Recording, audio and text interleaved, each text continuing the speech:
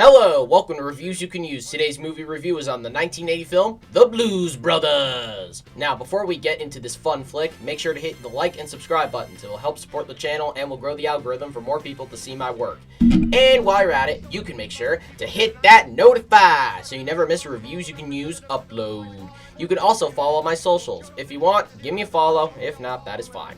Now, let's get into reviewing this film. This duo is played by two great actors, Dan Aykroyd playing Elwood J. Blues, and the late John Belushi, brother of Jim Belushi, plays Jake Jolette Blues. Which started out as a skit on Saturday Night Live. It became a hit, and the two actually started out going on tours. They made 3 live albums. They even made the big screen in 1980, having their own film. So, let's get into reviewing this masterpiece. Jolette Jake Blues had just got out of prison. By the way, Jolette means prison.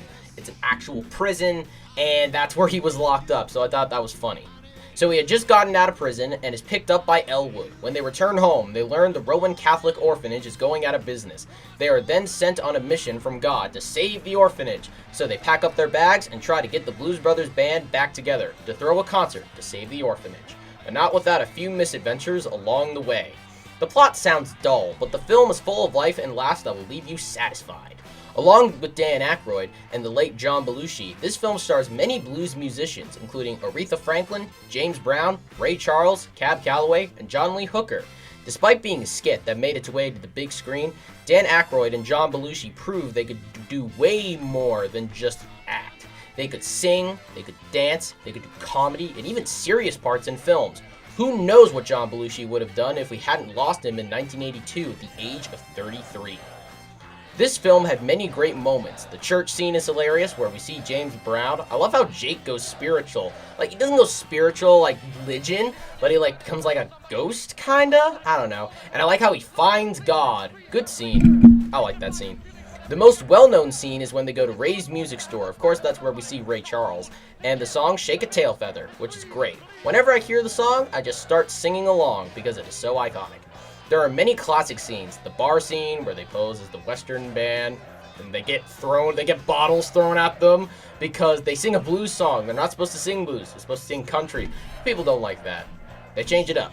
There are so many classics. Of course, what I just said, the bar scene, the Minnie the Moocher performance by Cab Calloway, my second favorite performance in the film, Aretha Franklin performing Freedom, and I can't even mention the hilarious chase scenes in this movie. Here's an interesting fact, that the total destruction they caused in the film costed $24 million in damages. $24 million out of $10 million was the price that they used to make this film, which is a funny fact. I love when they go to cash the check, everybody's after them.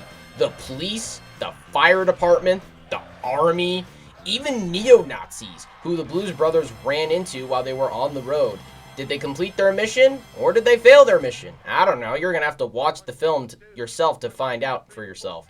You can find it on Netflix. Even though there are well-known musicians in this film, this movie also stars the late John Candy from Uncle Buck and The Great Outdoors, a film in which he starred with Dan Aykroyd in. Even the late Carrie Fisher is in this movie, who made this right after Star Wars. The ending where they performed Jailhouse Rock was great too. I give this film a 10 out of 10. Now if you're from my generation, you may be saying, why and what? Well, a few of these musicians I have listened to, and our generation knows them, but not quite. I don't really know them. And I've watched some Dan Aykroyd films, so I appreciated him with his work. That's the review.